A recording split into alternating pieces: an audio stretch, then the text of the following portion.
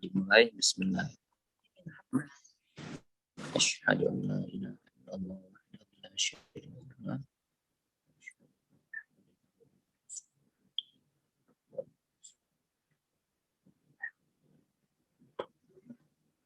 Oke, telah selesai. Nah, kita bahas HIV, Bang. HIV ini nanti kemungkinan ada 2 pertemuan. Pertemuan pertama hari ini pembahasan tentang HIV, pengobatannya, pemeriksaannya, sama pengobatan HIV TB. Nah, untuk infeksi oportunistik itu kan banyak nanti, Bang. Bisa toxoplasma gondii, bisa histoplasmosis. Nah, kita bahas di hari kedua ya, Bang. Baik, Dek. Soal-soalnya. Ini udah nampak? Ini udah nampak, Bang? Nampak, Dek. Slide-nya? Nampak. Oke, ya. Kita lihat ya, Bang. Kita lihat ini HIV yang pertama. Nah, kemarin kan kita udah pernah bahas HIV. HIV itu kan nanti ada stadiumnya 1, 2, 3, 4. Tapi memang soal-soal abang yang beredar hampir nggak pernah ditanya stadium berapa ini, stadium berapa. Nah, jadi abang kalau nanti misalnya mau lihat cara mendiagnosis HIV stadium, abang tinggal lihat materi sebelumnya. Tapi nggak usah terfokus kali di sana, cukup tahu aja. Fokus kita, karena soal yang sering ditanya adalah tata laksana pemeriksaan sama tata laksana untuk infeksi oportunistiknya. Nah, sama ada satu soal etiopatogenesis yang sering berulang soalnya. Ya, jadi polanya sama dan yang ditanya itu aja. Nah, ini kita bahas coba. Soal nomor 1 ini, Bang. Kira-kira jawabannya gimana? Seorang perempuan 32 tahun dengan riwayat pernah menggunakan narkoba, mengalami kejang, kemudian tidak sadar. Pada pemeriksaan fisik didapatkan kaku kuduk negatif dan refleks patologis positif. Pada pemeriksaan HIV didapatkan reaktif dengan CD4-nya 10, IgG toxoplasma positif. Pemeriksaan CT scan didapatkan multinodul dengan multiple ring enhancement. Patofisiologi penurunan CD4 pada infeksi ini adalah toxoplasma ya, Dik ya. Ya, dia kan kalau multiple enhancement itu ciri khas toxoplasma. Tapi kita bahas yang toxoplasma ini besok ya, Bang, infeksi oportunistik. Tapi dia tanya, nah, di sini yang ditanya patofisiologi. Dan patofisiologi HIV ini kan banyak ya kan, Bang? Itu spesifik dia buat di situ, patofisiologi penurunan jumlah CD4. Kenapa CD4-nya bisa menurun? Nah, itulah intinya. Apa yang terjadi sehingga CD4 bisa menurun? Sitopatik apoptosis. Abang kalau nggak ayam bola ini. Apoptosis sitopatik. Sitopatik. Sitotoksik. Kita bahas ya, Bang. Kita bahas. Kenapa CD4 bisa menurun? Jadi ada berbagai faktor yang berperan sehingga CD4 bisa menurun. Faktor-faktor itu yang utama adalah karena efek langsung sitopatik, ya, efek langsung sitopatik, efek sitopatik langsung HIV terhadap limfosit CD4. Maksudnya apa sitopatik? Jadi memang si virus HIV ini langsung menyerang CD4, menyebabkan CD4 mati. Nah, kayak gitu, Bang. Jadi dia nggak ada second pathway-nya, nggak ada, langsung dia. Jadi nggak ada perantara. Kalau yang A ini kan berarti diperantarai oleh sitokin inflamasi. Contoh, HIV ini akan mengaktifkan sitokin, baru sitokinlah yang membunuh CD4. Ada perantaranya. Nah, tapi kalau kita lihat di buku, langsung dia efek sitopatik langsung HIV terhadap limfosit CD4. Oke. Selain itu, ada juga nanti progenitor dan progenitor dari HIV dan dia menginduksi apoptosis. Bisa juga dia menginduksi apoptosis melalui aktivasi imun. Tapi itu bukan yang utama. Yang utama yang gini, Bang. Dia langsung. Nah, jadi banyak sebenarnya caranya. Salah satu caranya bisa menginduksi apoptosis melalui aktivasi imun. Kemudian dia akan merusak destruksi stem cell dan sel stroma sumsum tulang, sehingga ini kan stem cell dan sel stroma sumsum tulang ini pabriknya pembuatan sel darah, sehingga kalau dirusak oleh HIV maka nggak bisalah dia menghasilkan CD4. Nah, kemudian ada juga nanti dipanggil sitokin, kemudian bisa juga jaringan limfoid yang ada di kelenjar timus mengalami kerusakan sehingga nanti tidak bisa memproduksi sel-sel yang baru. Oke. Nah, selain itu Tapi, memang Fikri, dia di situ dua-dua ada ya, ada Dik? faktor aktivitas. Fik, Ya, Bang. di situ dia ada juga Dua-dua sitopatik, ada. ada juga apoptosis ya. Jadi maksudnya apa perbedaannya itu ya? Ya kan? Yang utama, Bang, kita pilih. Yang utama yang ini. Tetap yang sitopatik ya. Yang utama yang ini, Bang. Karena yang lain itu dia kayak misalnya bisa terjadi tapi bukan yang utama, kayak gitu, Bang. Yang lain contoh kan induksi apoptosis melalui aktivasi imun. Ya.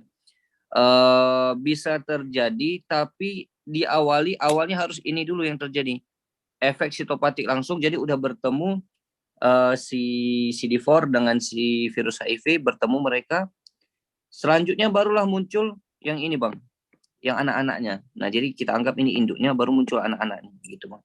Jadi reaksinya ini reaksi lanjutan. Reaksi awalnya jumpa dulu HIV dengan CD4-nya gitu, Bang. Oke. Nah, jadi nanti limfosit CD4 ini merupakan target utama. Nah, ini dia. Target utama dari infeksi virus HIV. Nah, kemudian nanti CD4, jadi sebenarnya gini, Bang. CD4 ini fungsinya kan dia sebagai penolong, T-helper kita sebut. Dia nanti akan memanggil mediator-mediator inflamasi yang lain untuk mengalahkan virus atau bakteri. Nah, karena HIV menyerang CD4, CD4 akan meminta bantuan. Jadi efek utamanya HIV dulu menyerang si CD4, barulah dia minta bantuan, datang sitokin dan lain-lain.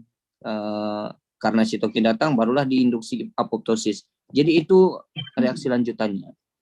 Nah, dari sini juga bisa kita lihat mekanisme matinya CD4 ya, mulai dari efek sitopatik HIV secara langsung pada CD4 dan progenitornya. Nah, ini sama, Bang. Ini kan yang ada di slide kita yang pertama kita bahas HIV.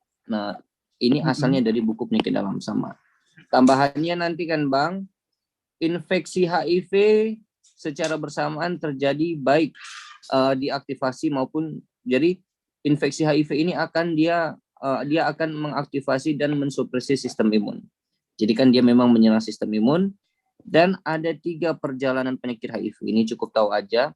Infeksi akut, infeksi kronik, dan nanti akan jatuh ke AIDS.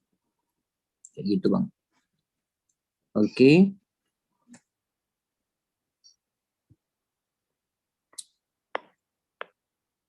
Sampai di sini, Bang, ada yang mau ditanya? Ada kira-kira di situ yang khasnya bagaimana akut sama kronik sampai AIDS itu, Dek? Kalau akut dan kronik sampai AIDS itu nanti di sini, Pak. Akut itu biasanya dia kan, Bang, masih gejala, belum ada gejala flu-like syndrome aja, dia masih Flu-like syndrome. Masih gejala stadium pertama dia, Bang. Ya.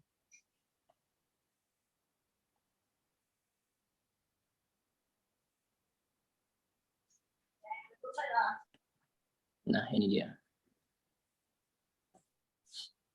Dia kan ada 3 fase. infeksi akut, kronik. Kronik ini terbagi menjadi dua. Kronik yang asimptomatik nggak ada gejala, sama kronik yang simptomatik. Baru jatuh ke AIDS. Nah, 60-70% pasien HIV akan mencapai stadium AIDS dalam waktu rata-rata 10-11 tahun. Nah, kalau sudah dia menjadi AIDS, ya, maka perkembangannya akan menjadi sangat progresif, ya.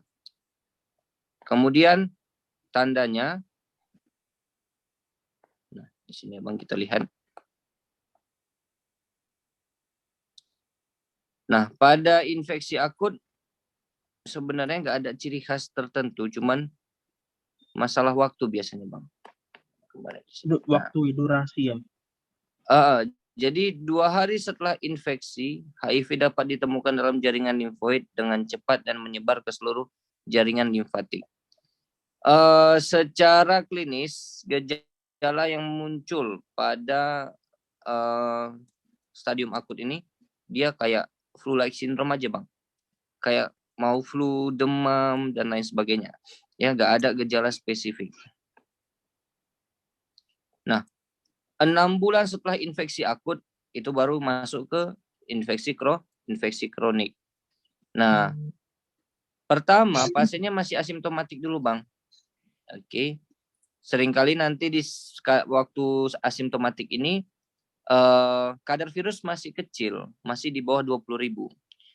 Jadi kan Bang, ada viral load. Viral load itu kadar virus dalam darah.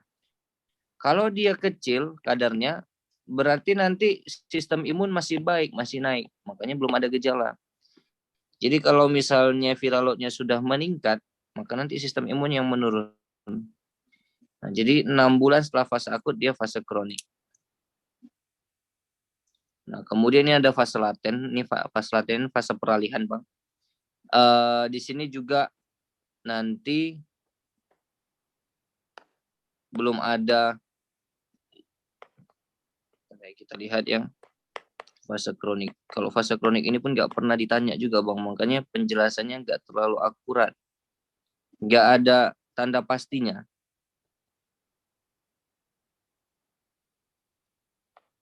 Kalau yang jadi nanti fase kronik itu, kronik kan kalau yang simptomatik, dia udah ada gejala-gejala nanti, diare kronis, habis itu TB, udah ada infeksi oportunistiknya.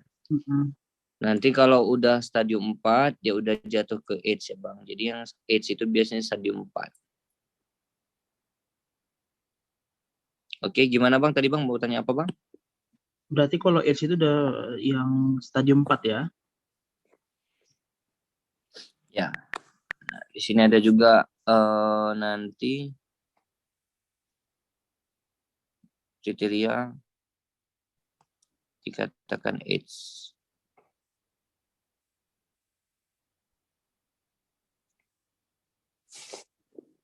Nah,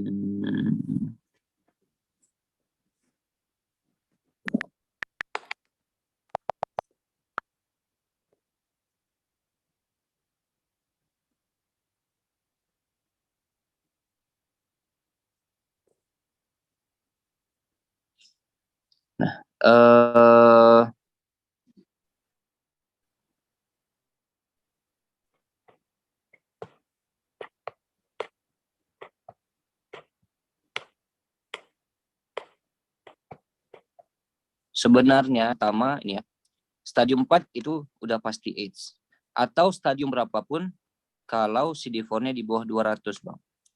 Stadium berapapun kalau CD4-nya di bawah 200 itu juga udah AIDS.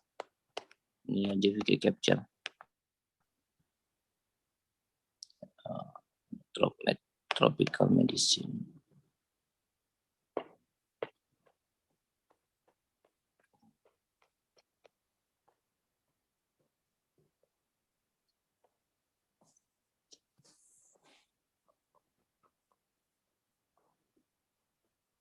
Nah, jadi kapan dikatakan AIDS? Ya, pada beberapa referensi ada yang bilang stadium 3 udah boleh, beberapa referensi lagi stadium 4, atau stadium berapapun dengan CD4 di bawah 200 itu udah AIDS ya Bang. Jadi akut kronik itu tadi pertama pakai waktu. Waktu di bawah 6 bulan dia masih akut. Waktu di atas 6 bulan dia kronik. Nanti yang kronik dia ada dua, ada yang asimptomatik, ada yang simptomatik. Kita katakan AIDS kalau CD4-nya udah di bawah 200. Gimana pun gejalanya, kalau CD4-nya udah di bawah 200, berarti dia udah AIDS ya, Bang. Oke, bisa, Bang? Bisa, Dek. Ada yang mau ditanya, Bang? Nah, kalau ini gimana, Bang? Kira-kira jawabannya? Mana tuh? Yang ini. Ini seorang laki-laki 45 tahun dengan keluhan batuk sejak 3 bulan ini. Pasien juga mengeluhkan demam naik turun, mencret berulang, dan penurunan berat badan lebih kurang 15 kilo dalam 2 bulan ini. Pemeriksaan tes HIV reaktif dengan CD4-nya 155, pemeriksaan BTA-nya positif TB paru. Patofisiologi penurunan sesama ini memang pada awalnya didasari puncaknya itu dengan efek sitopatik ya. Baru terbentuk apoptosis, dia berarti betul nih A ya. Kalau memang didiagnosanya nih berarti HIV AIDS ini adik ya. Udah di bawah 200 kan CD4-nya kan? Ya. Oke, Bang. Sip. Yang di bawahnya, Bang? Seorang laki-laki 30 tahun dengan keluhan demam hilang timbul sejak 3 bulan yang lalu. Batuk, diare, dan berat badan turun. Pemeriksaan fisik menunjukkan kaheksia, kandidiasis oral, bronki di kedua apeks paru. Pemeriksaan lain dalam batas normal. Pemeriksaan HIV reaktif dengan CD4-nya masih 320. Patofisiologi penurunan jumlah CD4 pada pasien ini benar, tapi kecuali ayam betul ya, ayam betul, bola pun betul. Nah, ini dia cantik sama dodol nih kok jarang jumpa bang nih kata-katanya. Kalau ayam sama bola pasti betul Tadi, itu. Bang? Tinggal cantik Yang sama tadi kan dodol. kerusakan stem cell dan stroma Stem cell sumsum ya. tulang. Tadi yang Abang yang Fikri bilang dia pabriknya, Bang. Ini pabrik pembentukannya. Kalau pabriknya hancur berarti pembentukan sel-sel CD4 Terjadi juga berarti C nggak akan betul ya. terjadi. Nah, jadi betul juga. Yang C betul ya, Bang.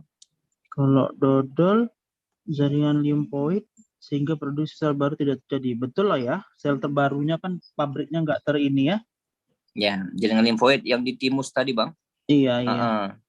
Memang kan sebagian besar nanti di timus sel T itu dibuat, Bang. Sel T. Jadi ini kan sel T istilahnya. Sel T itu ada CD8, CD4. Kalau sel B dia akan membentuk imunoglobulin. Kalau seandainya yang ditanya yang betulnya, aktivasi sel CD berapa?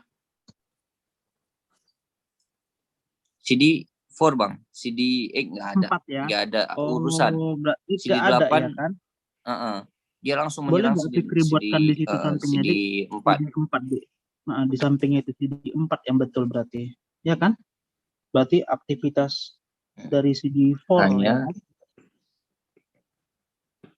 Hanya CD4. Oke. Harusnya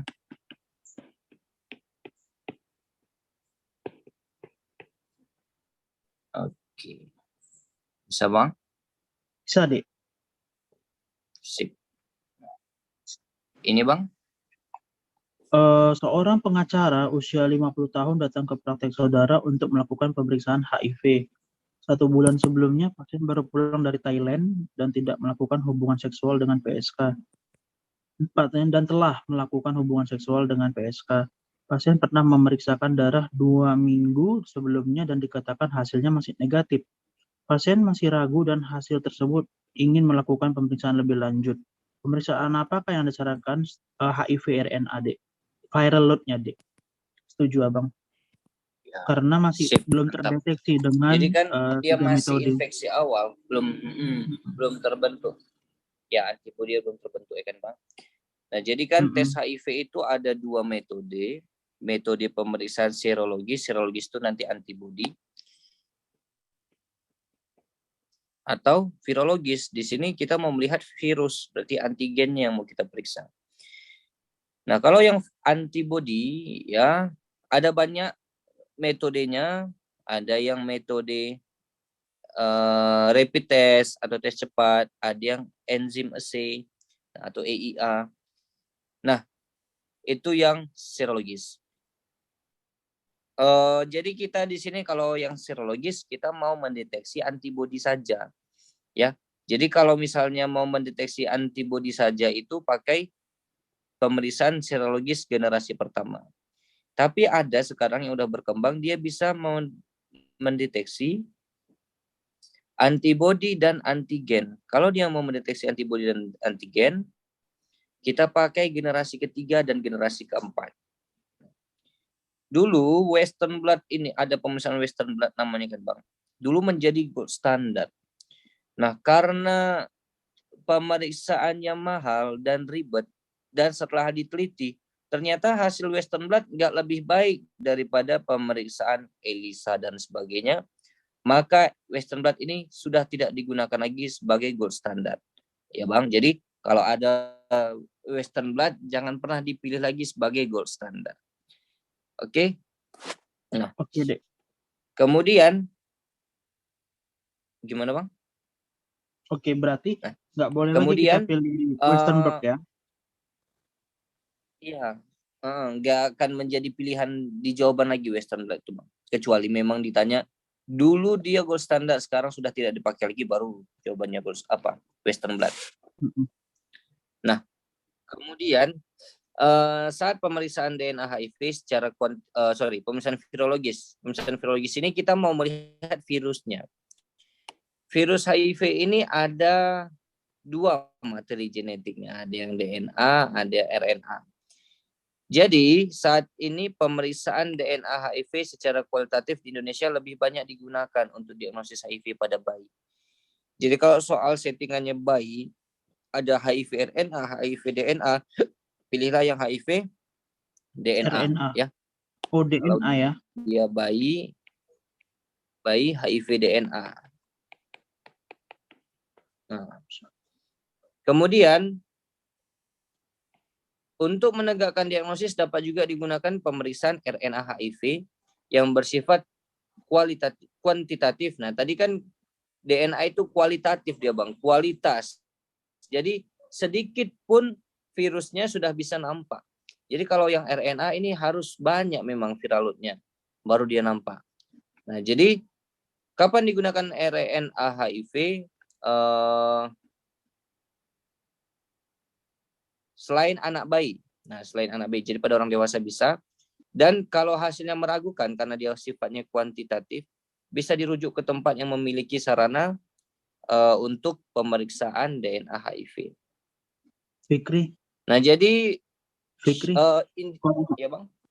Kalau di soal tadi nih, yang pengacara ke Thailand ini, adalah HIV RNA, ada juga HIV DNA. Tetap HIV RNA yang betul ya?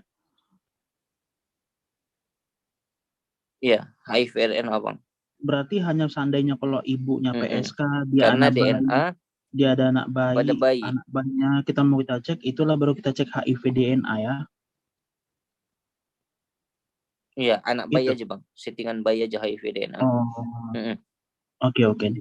Tapi memang soal yang ada belum pernah keluar pilihan HIV DNA. Mana tahu nanti ya Bang. Mana tahu berarti harus anak bayi settingannya ya Bang. Iya, Dek. Oke. Nah, jadi viral load, deteksi virus HIV kita berikan atau kita lakukan pada pasien-pasien bayi berusia di bawah 18 bulan. Infeksi HIV primer, jadi dia belum tahu nih, belum pemeriksaan, masih baru-baru saja kejadiannya. Nah, ya kan, belum sampai 3 bulan. Jadi kan Bang, pembentukan antibodi HIV terbentuk sekitar 3-6 bulan. Jadi kalau masih belum di waktu ini, ya, belum bisa diperiksa serologis. Makanya yang terpilih nanti yang virologis. Oke. Atau bisa juga pemeriksaan virologis ini kita lakukan kan Bang. Kalau hasil dari pemeriksaan serologis sebelumnya itu tidak akurat atau membingungkan, inkonklusif. Contoh, pertama dia periksa hasilnya positif. Di laboratorium lain datang dia ke kita hasilnya negatif. Ya, ini pemeriksaan pakai yang serologis. Jadi kan inkonklusif, nggak matching ya, nggak sama. Nah, bisa kita konfirmasi pakai pemeriksaan HIV RNA. Oke. Nah, jadi dikatakan HIV-nya akan positif jika 3 hasil pemeriksaan serologis dengan 3 metode reagen yang berbeda menunjukkan hasil yang reaktif dan pemeriksaan virologis kuantitatif atau kualitatifnya terdeteksi HIV.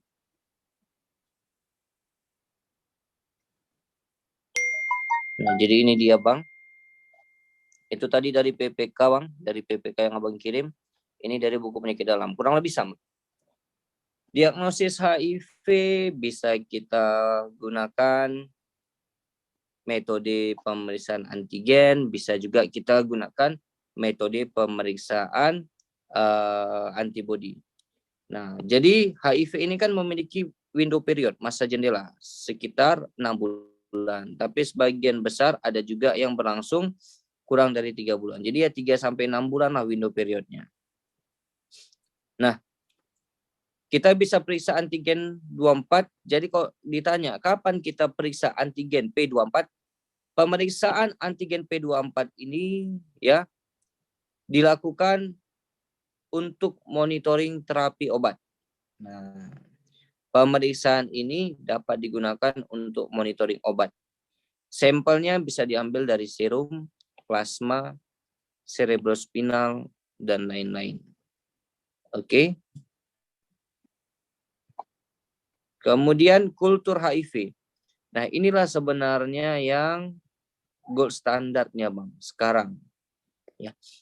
HIV dapat dikultur dari cairan plasma, serum, dan darah di perifer. Dari cairan cerebrospinal juga boleh. Dari saliva, semen, lendir, dan lain-lain juga boleh. Kultur HIV biasanya tumbuh dalam 21 hari. Lama dia. Nah, pada saat ini kultur hanya digunakan untuk kepentingan penelitian. Ya. Karena nilai diagnostiknya telah digantikan dengan HIV RNA yang lebih mudah, murah, dan cepat. Jadi memang sekarang yang sebenarnya yang paling baik itu kultur, tapi karena alasan ini digantikan dengan si HIV RNA. Jadi HIV RNA lah sebagai gold standarnya. HIV RNA, jumlah HIV RNA atau sering disebut sebagai viral load. Jadi sama ya Bang, viral load sama HIV RNA. Makanya tadi kan dia sifatnya kuantitatif. Semakin banyak virusnya, maka semakin kuat dugaan kita dia infeksi HIV. Nah, jadi yang ditanya berapa virusnya. Oke. Nah, pemeriksaan ini merupakan pemeriksaan yang penting untuk mengetahui dinamika HIV di dalam tubuh. Pemeriksaan HIV RNA sangat berguna untuk mendiagnosis HIV pada keadaan pemeriksaan serologis belum bisa memberikan hasilnya. Jadi kayak yang pasien tadi, pasien masih window period atau bayi baru lahir. Nah, seolah-olah hasilnya negatif padahal belum positif. Ya, jadi yang kita gunakan adalah HIV RNA. Nah, pada pemeriksaan serologis yang memberikan hasil intermediate juga bisa kita lakukan pemeriksaan HIV RNA. Nanti kita bahas Bang apa itu intermediate. Nah, HIV RNA dapat positif pada 11 hari setelah terinfeksi HIV. Oke, sehingga menurunkan masa jendela pada screening donor darah. Nah, jadi memang paling baik ya, tapi hati-hati hasilnya bisa negatif semu. Seolah-olah negatif padahal dia positif. Kalau pasiennya menggunakan heparin ya dan lain-lain, heparin biasanya itu bisa negatif semu. Dan bisa juga positif semu, Bang. Positif semu kalau misalnya bahannya tadi terkontaminasi. Ya, jadi untuk mencegah positif semu jadi dapat dicegah dengan mensyaratkan PCR positif bila ditemukan 2 atau lebih dari misalnya dari screeningnya setelah 2 kali dilakukan screening hasilnya positif, barulah kita cross check pakai HCV/RNA. Nah, pemeriksaan antibodi kita pakai ELISA ya Bang, yang paling sering sekarang.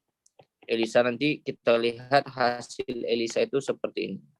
Nah, ELISA itu dia 3 kali Bang, pakai 3 metode. Jadi sering disebut ELISA 3 metode. Ya, metode A1, metode A2, dan metode A3. Jadi pertama kita lihat A1 dulu Bang. Kalau A1-nya positif, positiflah dia. Tapi kalau A1-nya negatif, negatiflah dia. Nah, tapi memang harus kita lihat A1 positif, apakah A2 positif? A1 pos, A2 pos berarti reaktif, positif, ya. Tapi kalau A2-nya negatif, diulang ya Bang. A2 negatif diulang. Setelah diulang, positif-positif, reaktif. Positif negatif, inilah yang kita sebut intermediate. Intermediate ini meragukan.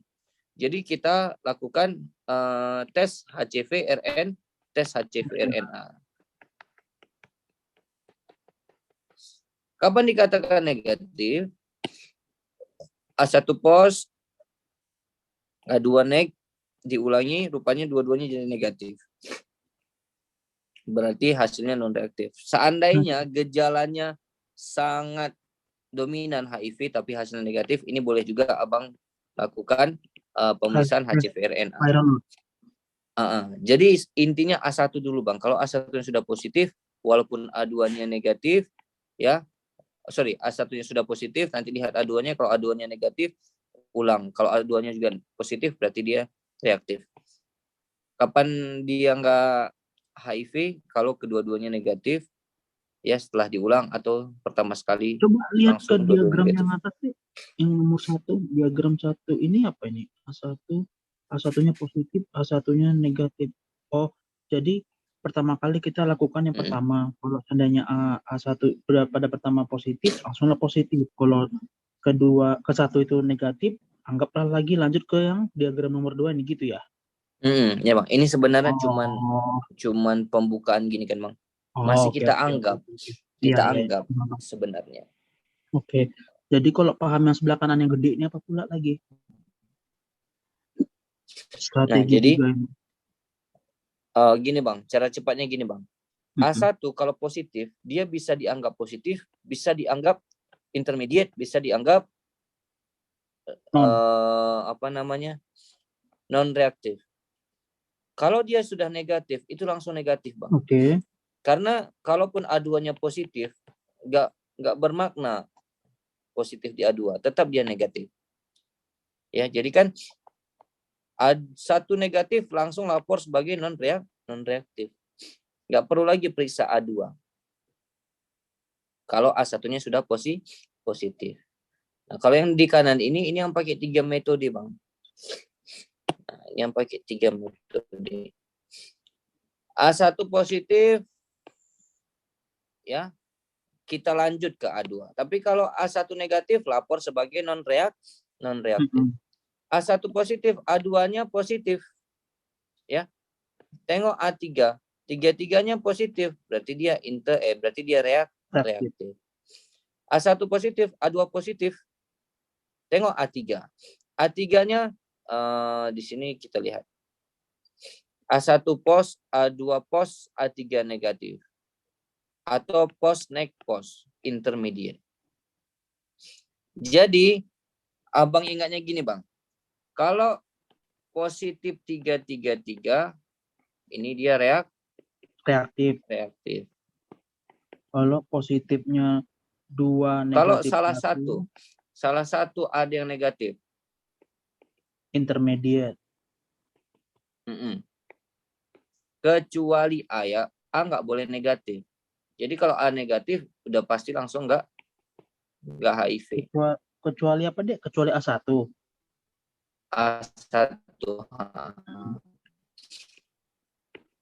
Ini berarti dia intermediate.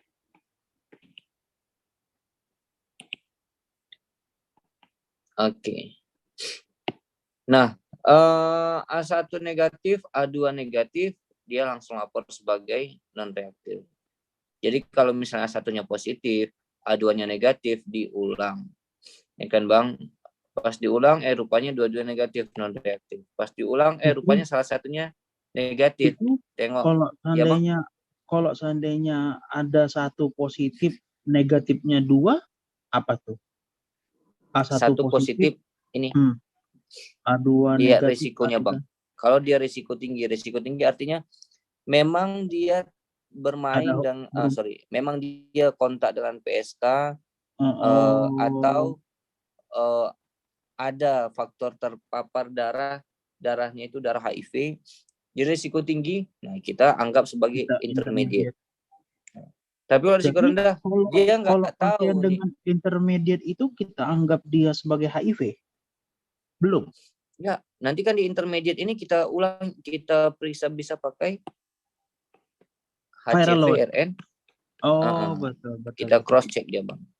Iya. Ya kan, jadi kan tadi di sini ada indikasi diperiksa virologis kalau ada hasil yang intermediate. Oh iya, betul. Untuk konfirmasi hasil dua laboratorium yang berbeda. Iya, paham Abang Dek. Ya Bang. Oke, sip. Sampai saat ini pemeriksaan konfirmasi paling sering digunakan itu adalah Western blot. Sayangnya pemeriksaan ini membutuhkan biaya yang besar dan seringkali memberikan hasil yang meragukan, makanya sekarang nggak dipakai lagi. Jadi dari penelitian rupanya setelah dilakukan ya pakai kombinasi dengan ELISA, nggak ada nggak ada perubahan yang signifikan. Contohnya kayak gini. Berbagai penelitian menemukan bahwa kombinasi metode ELISA dengan rapid test dapat memberikan hasil yang setara dengan metode Western blot. Ya. Jadi memang kalau dibandingkan yang satu pakai ELISA rapid test, yang satu pakai Western blot, hasilnya sama. Padahal lebih murah pakai ELISA dan rapid test. Western blot ini kan mahal. Nah, makanya ya sekarang udah nggak dianjurkan lagi pakai Western blot. Oke, ini soalnya Bang. Jadi kalau ditanya gold standard tetap ELISA berarti Adik ya, nggak Western blot lagi ya? Iya. Oke. Oke, ini soalnya Bang. Coba ya. Seorang laki-laki usia 45 tahun datang ke poliklinik dengan keluhan kelemahan sisi sebelah kiri saat hendak bangun dari tidur sejak 2 hari yang lalu. Pasien bekerja sebagai bartender sebuah nightclub sejak 5 tahun yang lalu. Pasien merupakan pengguna narkoba suntik dan sering berganti pasangan. Memiliki riwayat darah tinggi 3 tahun tidak terkontrol teratur. Penurunan berat badan didapatin 10% dalam 3 bulan terakhir dan 6 bulan yang lalu pernah menderita herpes zoster dan sariawan di mulut. Pemeriksaan fisik didapatkan tekanan darah tinggi 180/100, denyut nadinya 80, frekuensi napas 20 dengan jantung paru dalam batas normal. Pemeriksaan penunjang didapatkan HB-nya 13, leukositnya bagus, hitung jenisnya 02741886. Pasien ini dikonsulkan oleh bagian neurologi dengan hasil pemeriksaan anti-HIV-nya positif dengan CT scan kepala didapatkan infak cerebri. Bagaimanakah saran Anda pada kasus kasus tersebut? Pilihan dodolnya mana? Dodol, ento, coba dikasih Nih, yang di yang mana Bang? Yang ini. Coba agak turun ke bawah. Pilihan dodolnya apa itu? Abang nggak terbaca Abang dodolnya. Turun ke bawah Bang. Vaksinasi. Oke. Jadi abang nggak sependapat dengan Ini. Abang nggak sependapat dengan jawabannya lah. Abang lebih milih mulai langsung dengan ARV lah, Dek. Kenapa kok dia mesti nunggu di bawah 350 ya? Kenapa coba?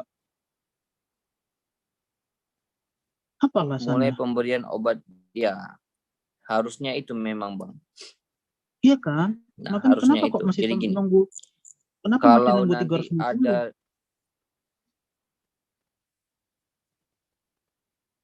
ya gini, ini kita bahas. Ya Bang. Jadi Iya, cara pemberian obat. ARV diberikan ya gini caranya. Kalau di PPK memang dia sedikit membingungkan, tapi kita simpulkan kayak gini. Direkomendasikan pada semua pasien dengan HIV positif yang telah menunjukkan gejala yang termasuk dalam kriteria diagnosis AIDS, ya. Jadi dia udah ada gejala seperti AIDS yang udah masuk ke kriteria AIDS atau menunjukkan gejala yang sangat berat tanpa melihat limfosit CD4, kita masukkan obat. Oke. Tapi kalau dia nggak ada gejala, asimptomatik, tunggu sampai dia di bawah CD4-nya di bawah 350. Oh, berarti Jadi dua-duanya benar ya kan, Bang? Iya. Tapi menurut Abang pasien kita tadi itu udah jelek loh. Impak cerebri loh dia. Ya udah jelek. Iya. Makanya jawabannya salah itu, Bang. Makanya harusnya jawabannya Iya kan, ini. Oh, Harusnya betul, jawabannya ini. Ini soal Tio Abang kemarin. Berarti betul. Ya. Abang udah Harusnya ngerti. jawabannya ini. Berarti kalau seandainya memang HIV nggak ada masalah apa-apa, bagus gejala asimptomatik, kita tunggu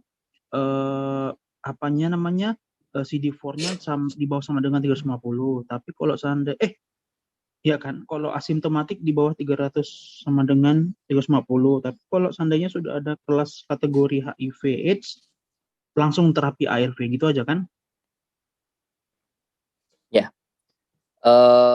Jadi gini, Bang. Sebenarnya kapan langsung inisiasi ART tanpa menunggu stadium klinis? Kalau dia ada TB, ada hepatitis B, ibu hamil menyusui, ya. Kemudian orang yang terinfeksi HIV dan pasangannya negatif, PSK, waria, dan populasi umum dia tinggal di daerah yang epidemi HIV. Sorry ya Bang, kita tambahkan kriterianya. Jadi kalau ada salah satu dari sini Bang, maka ini yang kita pilih, mulailah tanpa melihat CD4. Kalau nggak ada, ARP ya? Walaupun dia stadium 3 atau stadium 4, tunggu sampai di bawah sama dengan 350. Nah, coba kita lihat soal di atas. Ada TB-nya nggak, Bang? Coba kita lihat. Dia laki-laki, berarti nggak hamil. Oke. Jadi kita urutkan ya. Hamil, negatif, ada. TB, nggak ada. Hepatitis B, nggak ada. Habis itu apalagi tadi Bang? Pasangannya ada dibilang, pasangan negatif? Nggak ada di cerita. Nggak ada. Jadi maksudnya supaya dia nggak menularkan ke pasangannya, maka dimulai ARV-nya. Habis itu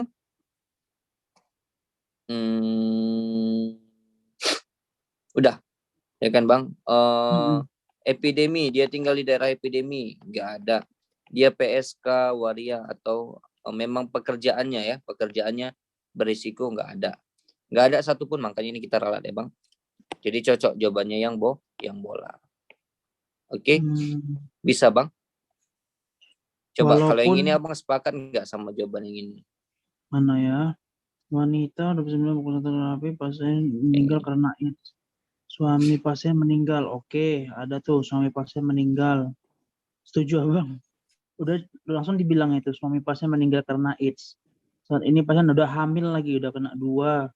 Pemeriksaan fisik tentang jantung, hasil pemeriksaan HIV didapatkan hasil reaktif 3 kali. Udahlah, langsung obatin lah dek, tanpa menunggu CD4. Setuju Abang. Jadi yang mana Bang yang mendukung dia langsung mendapatkan pengobatan? Pasiennya meninggal atau dia hamil? Suaminya meninggal atau dia hamil? Hamil. Tadi ada kan pilihan dia hamil. Iya, hamil. Malah kalau suaminya udah positif AIDS dan meninggal, nah itu nggak jadi urusan kita. Yang jadi urusan kita, dia positif AIDS tapi suaminya nggak positif. Dia positif HIV tapi suaminya negatif. Maksud kita memberikan obat langsung adalah jangan sampai suaminya jadi positif. Jadi Menularkan. kita kasih obat supaya viral loadnya turun. Supaya dia tidak menular.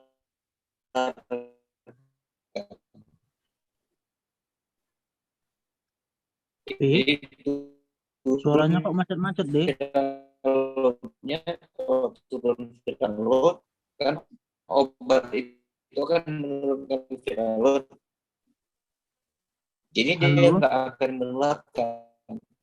halo. Tapi kalau dua sama-sama positif, Suara Fikri macet-macet lah, Dik.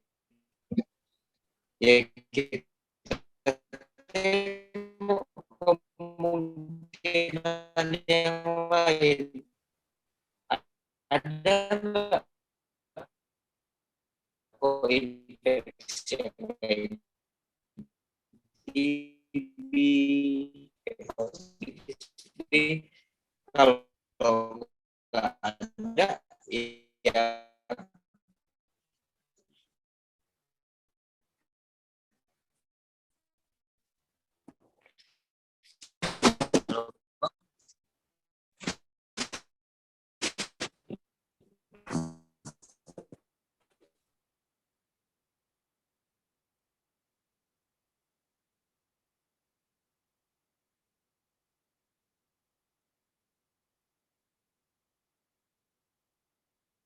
halo Bang, udah dengar Bang?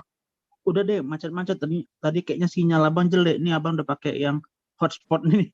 Udah kayaknya Oh ya, udah oke. jelas nih. Berarti intinya kita harus yang tadi 5 tadi ya, Dek ya. Ya, lihat yang ini Perempuan. Bang. Mana tadi 1, dia? 2, 3, 4, Hamil, 5, TB, 6. hepatitis B, pasangannya negatif, epideminya, sama PSK atau waria pekerjaan ya. Oke, udah paham abang Dek. Oke, sip. Nah, barulah nanti kan Mm-mm. lihat kalau dia ada TB, kemarin gimana Bang? Kalau ada TB, Oh, tengok dia, CD4-nya. mm-mm. Nah, Makan kalau dulu obat TB. CD4-nya, tetap TB itu dimulai. Mau obat TB itu dimulai kapanpun, dimanapun. Tapi ARV jangan dulu. Kapan dimasukkan ARV? ARV dimasukkan 2 Setelah sampai 8 minggu. Setelah 2 sampai 8 minggu. Range-nya 2 sampai 8 minggu. Seandainya Bang, CD4-nya kurang dari 50, maka ARV-nya harus masuk dalam 2 minggu. Minimal dalam 2 minggu. Nggak boleh tunggu sampai 8 minggu.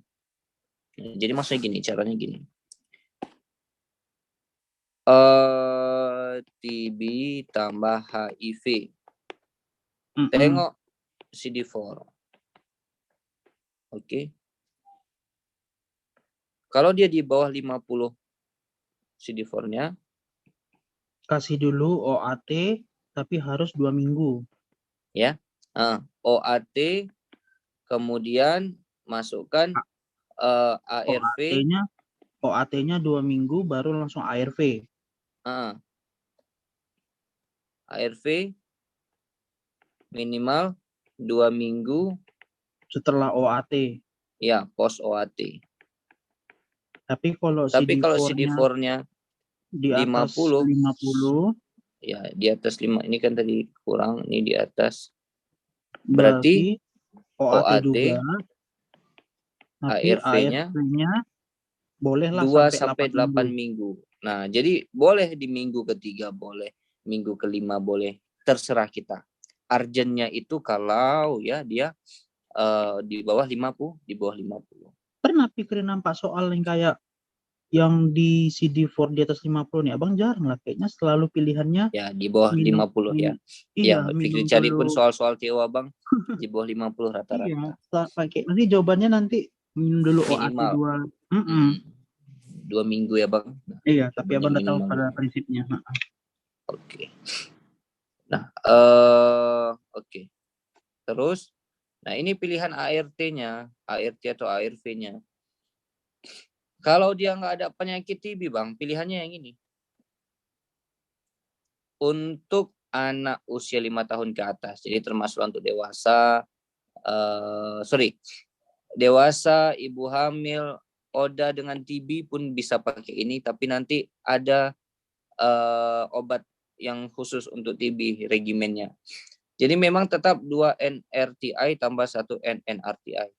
Ini kemarin kita bahas kan Bang, TDF kita kasih tenofovir tambah lamivudin. Lamivudin ini 3 TC, kalau nggak ada lamivudin bisa diganti dengan M3-citabin ya atau FTC, baru tambah efavirenz.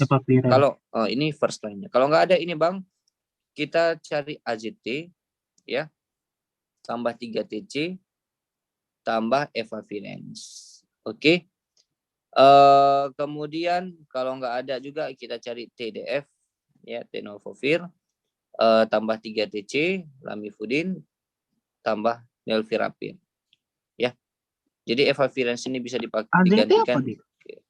AZT ini kata-kata lupa AZT NVP itu nevirapir ya. NVP nevirapir. AZT lamivudin, M3-citabin, tenofovir, zidofudin ya Bang. Oh, zidofudin. Oh. Ya memang singkatannya nggak sesuai dengan kepanjangannya. Sesuai ya, TDP tenofovir. Zidofudin. Jangan pakai TDF kalau creatinine clearance atau GFR-nya di bawah 50 ml per menit. Oke, atau pada kasus diabetes lama, hipertensi tidak terkontrol dan gagal ginjal. Jadi nggak boleh. Tenofovir nggak boleh dikasih untuk pasien-pasien gagal ginjal lah, itu intinya. Oke, jadi nanti gantinya pakai apa? Bisa pakai zidofudin, gitu ya Bang. Zidofudin jangan dikasih kalau HB-nya di bawah 10. Kombinasi 3 dosis obat yang tetap sekarang yang beredar adalah sediaannya TDF, apa TDF tadi Bang? Tenofovir, 3 TC lamivudin tambah efavirenz. Ini memang yang first line. Nah, jadi ini nanti yang kombipak itu kombinasi 3 obat. Nah, ini dia dosis-dosisnya Bang. Oke, nah ini kombinasi ya, lamivudin. Ya, ini si lamivudin ada yang kombinasi dengan zidofudin, ada yang kombinasi dengan tenofovir. Oke. Nah, jadi setelah kita terapi nanti, tapi ini nggak pernah masuk ke soal sih Bang. Kegagalan ini nggak pernah ada keluar soalnya, kita nggak di soal TO. Nah, jadi ini cukup tahu aja kalau dia minum obat, gagal virologis, dikatakan gagal virologis kalau viral load-nya nggak turun di bawah 4.000 dalam 24 minggu. Oke. Atau dia konsisten tetap di atas 50 cc per mililiter setelah 2 pengukuran. Oke. Kegagalan imunologis kalau misalnya nanti CD4-nya gagal meningkat. Harusnya kan dia timbal balik dia Bang. Kalau viral load menurun, CD4 akan meningkat. Udah diobati kok CD4-nya nggak meningkat. CD4 gagal meningkat menjadi 25 sampai 50 sel per mililiter dalam 1 tahun. Catatan, kebanyakan pasien mengalami peningkatan pada hitungan pada tahun pertama, biasanya itu meningkat bisa sekitar 150 Abang sel. teringat kayak CML nih, Dek. CML kan gitu kan, via kegagalan molekuler lah, kromosom lah, klinis gitu nih kan. Ya, paham Abang, paham. Nah, kemudian kegagalan klinis belum pernah diobati, kemudian tiba-tiba terjadi kekambuhan gejala terkait HIV lebih dari 3 bulan setelah terapi. Jadi ini bisa nanti kegagalan klinis ini dia nggak sembuh-sembuh setelah diterapi 3 bulan setelah diterapi. Nah, nanti hati-hati gejalanya bisa muncul kayak iris. Iris kita bahas besok ya Bang. Imun rekonstitusional syndrome. Nah, jadi setelah mendapatkan obat malah muncul ini baru, keluhan baru gitu. Nah, jadi indikasi dikatakan nggak mungkin ya, ini kan nggak akan pernah bisa sembuh ya.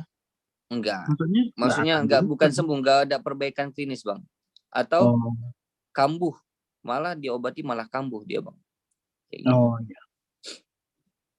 Nah, kemudian kapan kita tes resistensi obat? Kalau misalnya viral load-nya nggak turun, dia viral load-nya masih di atas 1000 setelah pengobatan, nah baru kita tes Berapa resistensi. lama?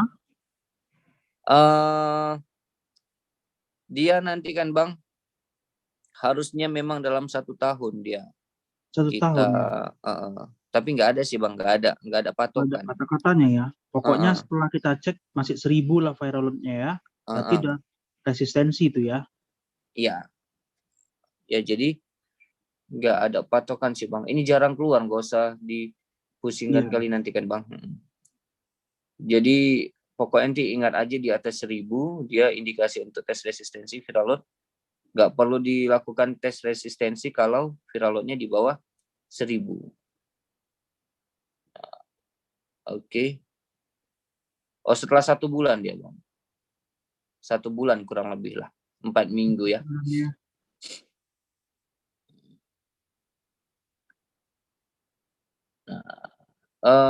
Ini nanti contoh-contoh obatnya Bang, kan nanti ada yang NRTI itu apa. Tapi pokoknya ingat aja regimennya langsung. Tadi apa Bang regimennya? Yang terpilih yang pertama kita kasih Tenofovir, TDF, tenofovir, tenofovir, tambah lamivudin sama apa? epaviren. Lamivudin ya kan Bang? Lamivudin, Lamivudin itu apa tadi? AZT ya kan Bang? azit, Tambah azitil, EFP. epaviren. Kok bukan AZT. Bukan. 3TC. AZT 3TC. AZT tadi zidofudin. Sidofudin. Ini si efaviren, EFP. Bisa diganti dengan elviravir. Oke. Nah, ini sama tadi Bang. Ini kapan kita bilang dia gagal klinis, gagal imunologis setelah diberikan pengobatan. Fikri, Ya Bang? Fikri, kalau ada soal, ya kan mana tahu seorang sudah mengkonsumsi apa tuh? Tenofovir, lamivudin sama apa nih? Coba tadi. Inilah Efaviren. udah makan TDF, 3TC, EFP. Dicek viral load. Viral load masih 20.000. Apa yang harus kita lakukan? Gitu pilihannya. Ini evaluasi kepatuhan Bang. Oh, Ulangi nanti pemeriksaan HIV-RNA setelah 3 belum sampai kita 6 ganti bulan. ya, belum resisten berarti dia ya. Belum. Kita evaluasi dulu. Oh, Ulangi HIV-RNA, periksa HIV-RNA-nya setelah 3 sampai 6 bulan. Setelah kita evaluasi. Tapi kalau masih di atas 1000, 1000 dia patokan dengan Bang, switch ke terapi selanjutnya. kita Tapi ganti kalau ke dia yang kedua tadi. alternatifnya kita Berarti yang masukkan kedua si tadi yang zidopudin. zidopudin. Oh, oke. Oke. Oke. Kemarin Tapi kita bahas kalau sampai ke dalam ini, kayaknya enggak ya, Dik ya? Belum apa Bang? sempat kita kemarin ya. Kemarin kita belum sempat bahas sampai ke dalam ini ya. Belum Udah kayaknya ya. sih. Ini Udah ya? dari materi kemarin nih Bang. Ini Oh dari iya ya. materi yang Fikri ajarkan pertama kali sama Bang. Ini dia. Udah Cuman karena lupa memang lagi. kan kita kurang bahas soal. Biasanya memang gitu Bang. Kita kalau baca materi tapi nggak jumpa soalnya, lupa Iya. materinya. Ini Tapi enak kalau loh, bahas terbuka Bang, materi, betul. Terbuka betul lah jumpa Bang. soalnya lebih Iya. ingat. Kemarin karena kita Macam- buru-buru kan Bang, waktunya Iya. kurang. Nah, Oh, ini jadi di sini, kalau seandainya di bawah 1000, lanjut terus aja ya. ya kalau di bawah 1000 berarti Mm-mm. efektif Mm-mm. terapinya. Efektif. Oh, ini pernah keluar ya Bang, soal gini? Nah, Kayaknya nanti pernah ini. Tapi kemarin itu kalau nggak salah Bang, kan dia kan nggak bagus. Jadi kan 20.000, jadi tinggi. Jadi diganti jadi zidofudin kalau nggak salah Bang. Itulah Oh yang gitu. zidofudin. Jadi Nah, diganti sama ini yang zidofudin, apalagi tuh? Duanya lagi apa? ZDV, yang duanya sama Zidofudin. Bang. Zidofudinnya diganti. 3TC, Oh, efavirenz. berarti cuma tenovovirnya diganti sama zidofudin gitu. Kalau Yang nggak kudu bisa juga baru pakai ini. ada lagi semalam Dek, ini pasien HIV dia dengan hepatitis B, kan sama-sama antivirus itu kan obatnya kan. Cemana lagi? Nanti Oke, lah nah kalau ada soalnya. besok kita bahas karena di Sama-sama sini kita antivirus itu sampai kan. TB. HIV TB nanti kita simak. HIV hepatitis B besok biar fokus dia. Oke. Ini dia. Rekomendasi terapi ARV untuk pasien keinfeksi HIV TB. Ya kurang lebih sama Bang. Yang penting 2 NRTI. 2 NRTI-nya itulah tadi siapa Bang? Si tenofovir, TDF, tenofovir tambah sama 3 TC. Oke. Tambah efavirenz. Ini lini pertama. Oke. Kalau yang ini nggak bisa, baru ganti nanti ke lini kedua. Pakai ganti efavirenz-nya dengan nevirapir. Oke. Nah, jadi bisa dipertimbangkan untuk mengembalikan ke nevirapir setelah terapi TB yang berisi rifampicin selesai. Jadi memang ada ini Bang, ada interaksi antara rifampicin dengan nevirapir. Makanya kadang-kadang mau memberikan hasil yang enggak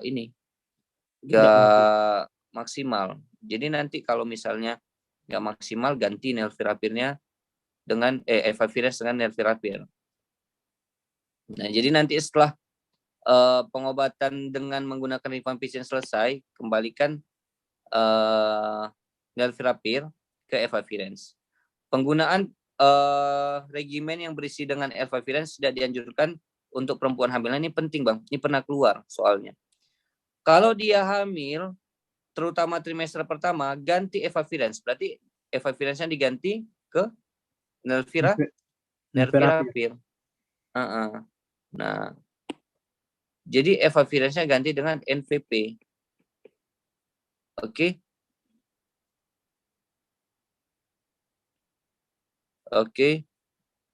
Dan kalau dia pakai efavirenz, dia juga nggak pakai kontrasepsi, itu juga harus diganti ke nevirapir. Nah, jadi nanti pokoknya yang berhubungan dengan kehamilan, efavirenz diganti dengan si nevirapir. Nah, dalam pemakaian NVP, kalau kita pakai NVP atau protease inhibitor bersamaan dengan rifampicin, maka kita harus monitoring ketat ALT, ya, karena nanti ALT ini bisa meningkat pesat dia. Nah, kemudian kapan kita profilaksis isoniazid? Nah, profilaksis isoniazid itu selama 6-9 bulan, dosisnya 10 mg per kilogram berat badan 1 hari, tambah vitamin B6 2 kali 1. Untuk apa? Jadi gini, orang HIV positif. Orang HIV positif ini paling sering nanti dia kena TB. Jadi kalau dia udah HIV positif, tanya, ada batuk-batuk Pak, ada demam, ada penurunan berat badan. Kalau tidak ada, berarti dia belum ada TB. Jangan sampai dia terkena TB, maka kita harus profilaksis INH. Ya, profilaksis INH. Tapi hati-hati. Tengok ada nggak komplikasi, dia bisa nggak minum INH. Kalau nggak bisa minum INH, misalnya alergi, jangan, tunda dulu profilaksisnya. Tapi kalau bisa, kasih profilaksis INH. Jadi HIV, TB masih negatif, profilaksis INH tambah ARV. Tapi kalau HIV udah ada gejala-gejala TB, berarti terapinya terapi ARV tambah terapi TB Bang. Nah kayak gitu, bisa Bang? Bisa deh. Nah ini Bang kira-kira. Seorang perempuan usia 33 tahun datang ke poliklinik dengan keluhan demam yang hilang timbul sejak 2 bulan yang lalu. Pasien juga mengeluh nyeri menelan, diare, batuk berdahak, dan mengalami penurunan berat badan. Pasien saat ini sedang dalam keadaan hamil 10 minggu. Suaminya adalah seorang penasun. Penasunnya apa sih? Dan telah meninggal. Kayak apa ya Bang? Kayak iya kayak nggak bagus lah ya. Seks komersial mungkin, tapi yang cowoknya meninggal dunia 1 bulan yang lalu. Pemeriksaan fisik didapatkan tekanan darah bagus. Sorry Bang, pengguna nafza suntik penasun. Sorry. Singkatannya pengguna nafza suntik. Narkoba suntik ya. Oke. Dan denyut nadi 100, frekuensi napas sesak, temnya agak demam. Konjungtivanya kok mereng dek. Ganti Oh, wifi. bentar, nggak jelas dia. Kamu pun pakai hotspot Oke. ya? Udah bisa. Iya bang. Iya, abang pun pakai Agak hotspot nih. putus-putus. Kemana tadi? Temnya demam, konjungtiva palpebra, pucat, terdapat kandidiasis oral, rongki basal sedang pada kedua apeks paru dan didapatkan pembesaran KGB. Mana dia pembesaran mana nih? Pembesaran dan didapatkan pembesaran KGB di regio coli, aksila dan inguinal. Pemeriksaan penunjang didapatkan HB10, leukosit bagus, trombosit bagus, LDD memanjang, Tifkonnya 0571117, anti HIV reaktif. CD4-nya 374. Terapi yang paling tepat adalah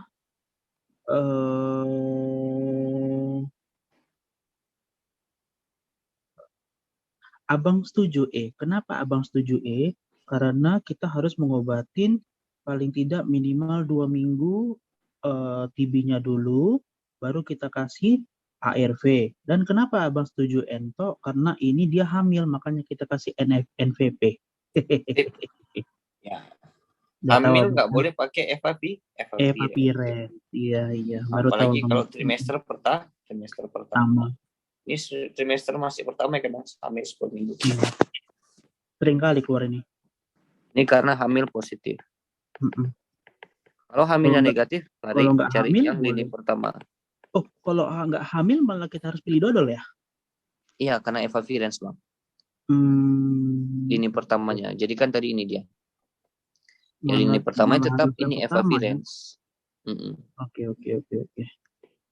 Oke. Ini alternatifnya. Ganti NVP ke nevavirens atau ganti ke regimen ketiga. Kalau misalnya pakai ini nggak bisa.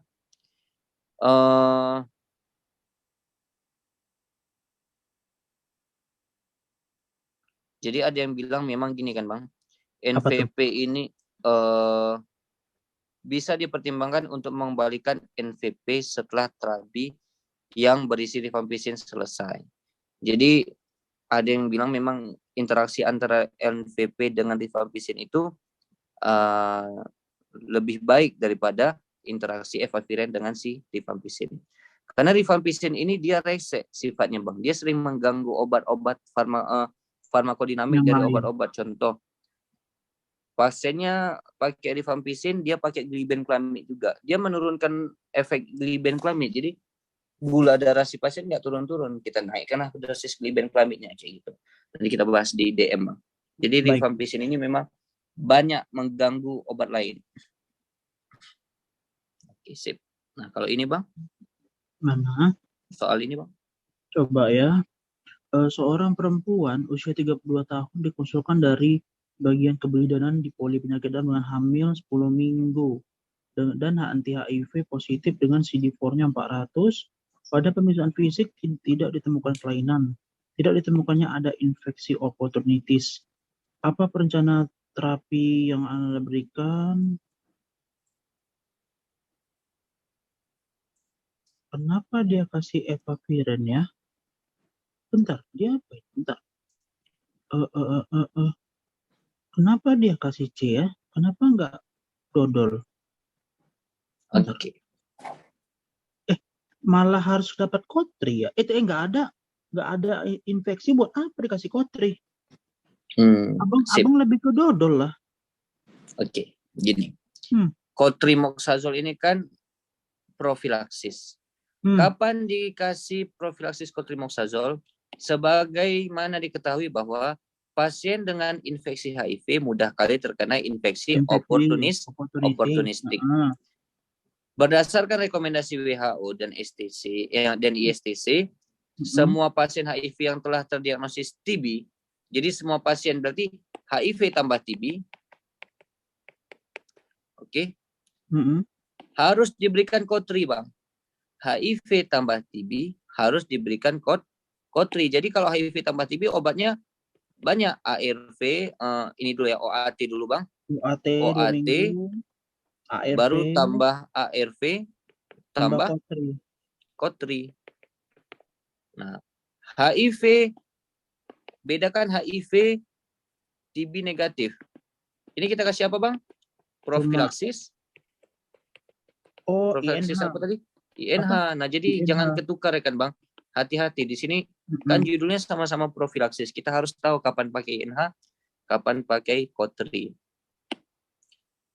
Nah, jadi sebagai pencegahan infeksi yang lain, jangan sampai dia terkena infeksi yang lain. Atau kita bisa lihat dari CD4, ya. Sorry, tanpa melihat berapa jumlah CD4-nya, asal udah ada HIV tambah TB, masuklah COT3. COT3-nya itu 1 kali 960 mg. Apabila penggunaan OAT telah selesai, nanti nilai kalau CD4-nya udah di atas 200, maka stop COT3-nya, Bang. Bisa dipahami, Bang? Tapi kalau CD4-nya masih di bawah 200, teruskan COT3-nya. Jadi untuk kesimpulannya gini, Bang. Untuk memulai pengobatan COT3, kita nggak perlu pakai CD4. Tapi untuk menstop pengobatan COT3, kita harus lihat CD4. Untuk memulai, kita cuma lihat ada TB nggak? Oh, kalau ada TB, langsung kasih COT3. Supaya mencegah IO yang lain. Nah, jadi di Indonesia, profilaksis cotrimoxazole diberikan pada pasien HIV termasuk wanita hamil dengan stadium 3 atau 4 atau kadar CD4-nya di bawah sama dengan 200. Nah, sorry Bang, di Indonesia kita bisa pakai kriteria CD4. Jadi kapan, kira-kira baguskan aja catatannya, Bang. Profilaksis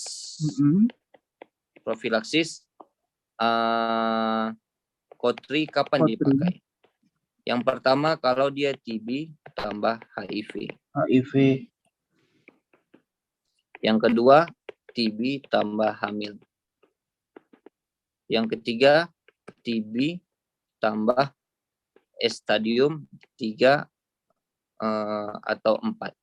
Yang keempat CD4 di bawah sama dengan 200. Ini langsung kita mulai profilaksis COT3. Kita lihat sama kasus semua ya, kita 1 kali 960 ya. Sama, Bang. Kita lihat kasus kita, CD4-nya masih 400. Tapi dia hamil dan dia HIV. Berarti udah bisa kita kasih COT3. Ya, dia hamil, dia HIV. Hamilnya kita lihat di sini, Bang. Termasuk wanita hamil. Betul. Termasuk wanita hamil. Jadi gini, Bang, sorry, hamilnya nggak masuk ini. Pikir yang salah catat.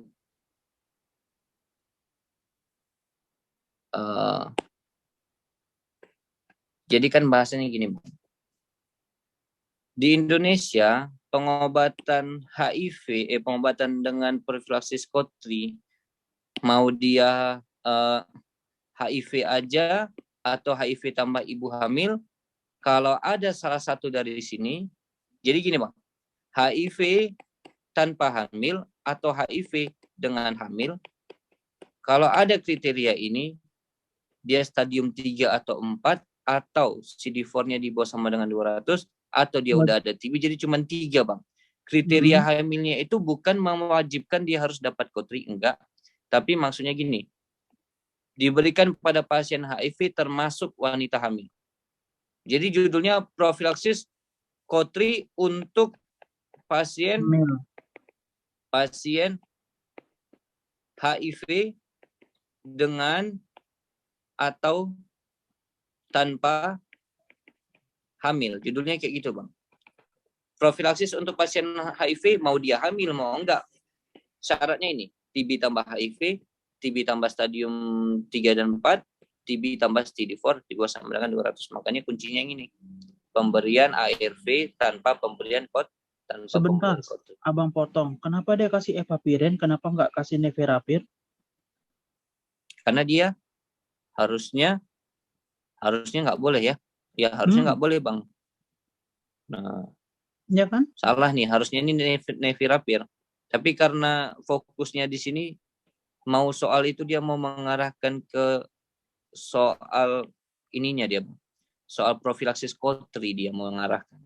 Jadi ini silap dia di evavirens. Ya harusnya nggak boleh nih, harusnya nggak boleh evavirens.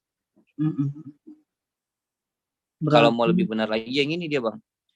Kotri 1 kali 960 selama 2 minggu dilanjutkan dengan ARV. Oh enggak, salah nih, salah.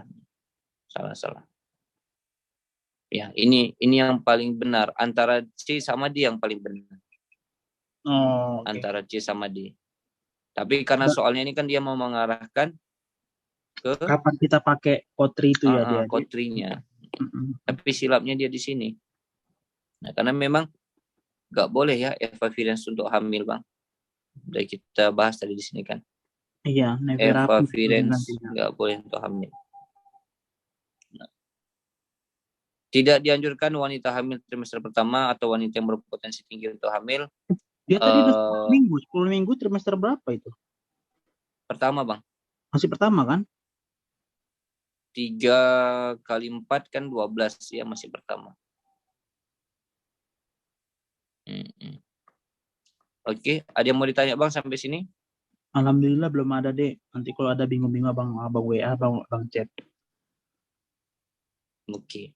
Sip, nanti kalau ada soal HIV ini yang sulit kan tata laksana, Bang. Iya, Dek. Jadi semakin banyak model soal tata laksana yang kita dapat, semakin matang persiapan kita. Jadi kalau ada soal-soal tata laksana nanti abang kirim aja.